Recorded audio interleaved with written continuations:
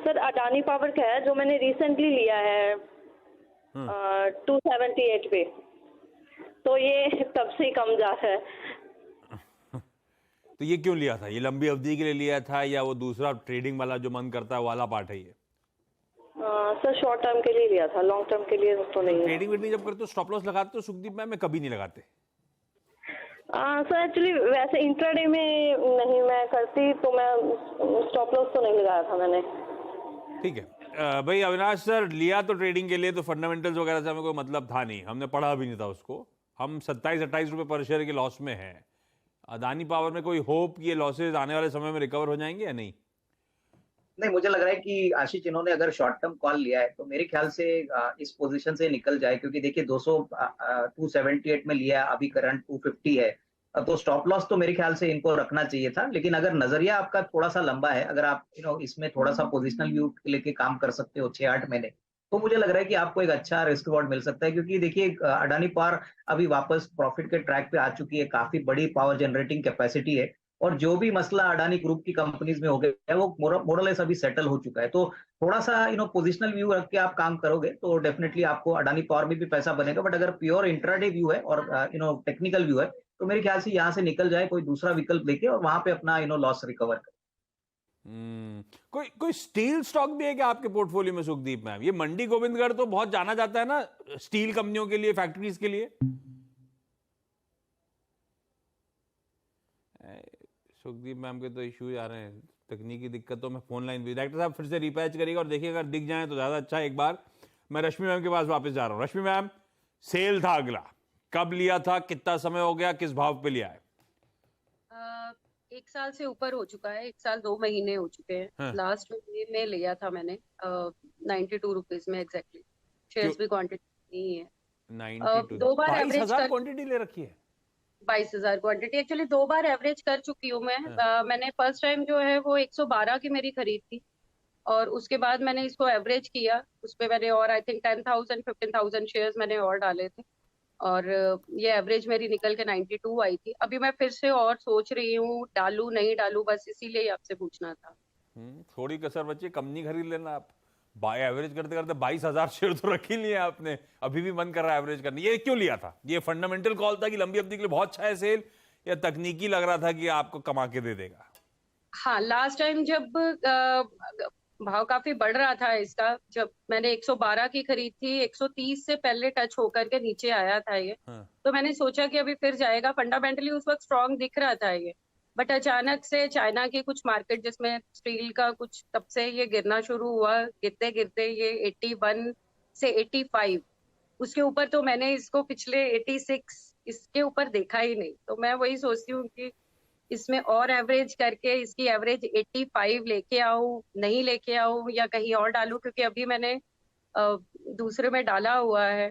तो समझ में बिल्कुल कंफ्यूजन है इसमें। लूजिंग ट्रेड को इतना एग्रेसिवली बस ऐसे एवरेज नहीं करना चाहिए। अब वो लूज ट्रेड में लॉस होता चला गया और माल भर गया 22,000 शेयरों का, 8-8.25 रुपए पर शेयर का लॉस। और पता है फंडामेंटल्स कैसे भी हों स्टील कंपनीज के, बहुत मुश्किल है इनको समझना, क्योंकि इन पे आपने खुद ही का सेंटिमेंट बहुत हावी हो जाते हैं। चाइना में जो हुआ सारा मामला गड़बड़ा गया, तो क्या फायदा, फंडामेंटल्स धरे के धरे रह गए। और ये वैसे ये लॉन्ग टर्म आइडियाज होते भी नहीं है, जब मोशन में आए सिक्लिकल्स हैं उसको उसी तरह से प्ले करना चाहिए, अदरवाइज समीकरण समझना बड़ा मुश्किल है। भाई अविनाश सर 22,000 आप कुछ कह रहे हो? सॉरी रश्मि मैम बोलो। मैंने एक्चुअली लिया इसीलिए ही था कि जैसे ही एवरेज से ऊपर जाएगा, लाइक 92 से 98, 99, तो मैं इसको बेच दूंगी। हाँ, आदमी एवरेज इसी उम्मीद में करता है लेकिन आता नहीं है। दिक्कत ये है अविनाश सर 22,000 शेयर एवरेज अब एक्यूमुलेट करते करते 92 का है, अभी भी 8-10 रुपए 8-9 रुपए दूर है भाव। क्या करना चाहिए मुझे भाई सेल में? बिल्कुल आशीष, आपने सही कहा कि बहुत बड़ी क्वांटिटी इन्होंने एवरेज कर दी है। मैं इनको यही राय दूंगा कि देखिए मेटल सेक्टर में, जैसे आशीष ने भी कहा, हमारा भी मानना है कि मेटल सेक्टर अगले 6-8 महीने के लिए बहुत चैलेंजिंग रहेगा, क्योंकि चाइना काफी दिक्कतें से गुजर रहा है। जब तक चाइना मेटल मार्केट में उतरता नहीं है तब तक कोई बड़ी लंबी तेजी इन द नियर टर्म बनेगी नहीं। मेरे ख्याल से आपको अगर पैसा बनाना है इस ट्रेड से, तो एटलीस्ट 50% एग्जिट करके कोई दूसरे विकल्प में जाइए, जैसे कि आईडीएफसी फर्स्ट 70-72 रुपए में मिल रहा है। यहाँ पे रिस्क रिवॉर्ड बहुत अच्छा है, आपका जो भी लॉस है वो आप रिकवर कर सकते हो, लेकिन सेल से उम्मीद रखना अगले 6-8 महीने में आपको 92, 94 मिलना, ये थोड़ा सा मुश्किल वाला मामला है।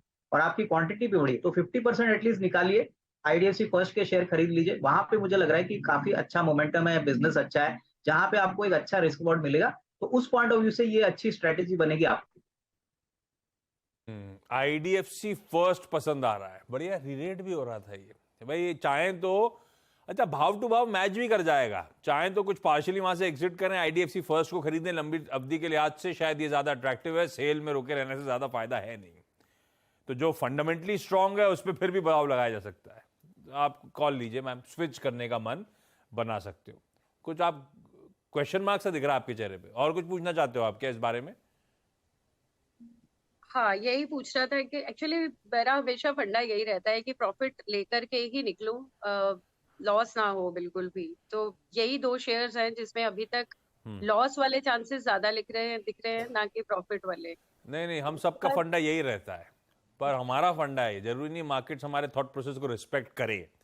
कभी कभी हर आदमी गलत पड़ता है, आई एम श्योर अविनाश जी खुद भी गलत पड़े होंगे बाजार में, हर आदमी सीखता है बाजार से, अड़ी नहीं रखने का, है ना, बाजार नहीं तो सब ले जाएगा।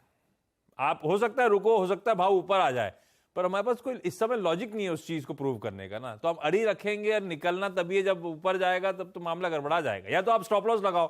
अविनाश जी कोई स्टॉप लॉस है क्या सेल में? सेल का खड़ा, डायरेक्टर साहब चार्ट खड़ा करना जरा स्क्रीन पे।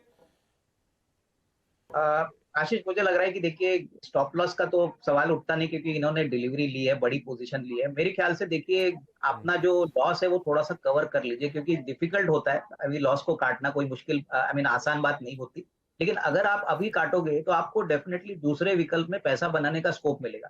देखिए बाजार में गलतियां सबसे होती है, ऐसा नहीं कि आपसे ही होती है, लेकिन गलती को सुधारने का जो समय होता है वो राइट समय होता है। तो मेरे ख्याल से आपका मिस्टेक आप जल्दी रियलाइज करोगे और उसको रिकवर करोगे, तो मेरे ख्याल से अगले 6-8 महीने में आपको एक अच्छी अपसाइड आईडीएफसी फर्स्ट बैंक में मिलेगी। तो एटलीस्ट 50% बुक कर लीजिए, बैलेंस मैं समझता हूँ 6-8 महीने के बाद रिकवरी मेटल के मार्केट में होगी, तो आपको डेफिनेटली सेल के शेयर्स में अच्छी खासी अपसाइड मिलेगी। बता दें कि मनी कंट्रोल पर दिए गए विचार एक्सपर्ट्स के अपने निजी विचार होते हैं, वेबसाइट या मैनेजमेंट इसके लिए उत्तरदायी नहीं है। यूजर्स को मनी कंट्रोल की सलाह है कि कोई भी निवेश निर्णय लेने से पहले सर्टिफाइड एक्सपर्ट की सलाह लें।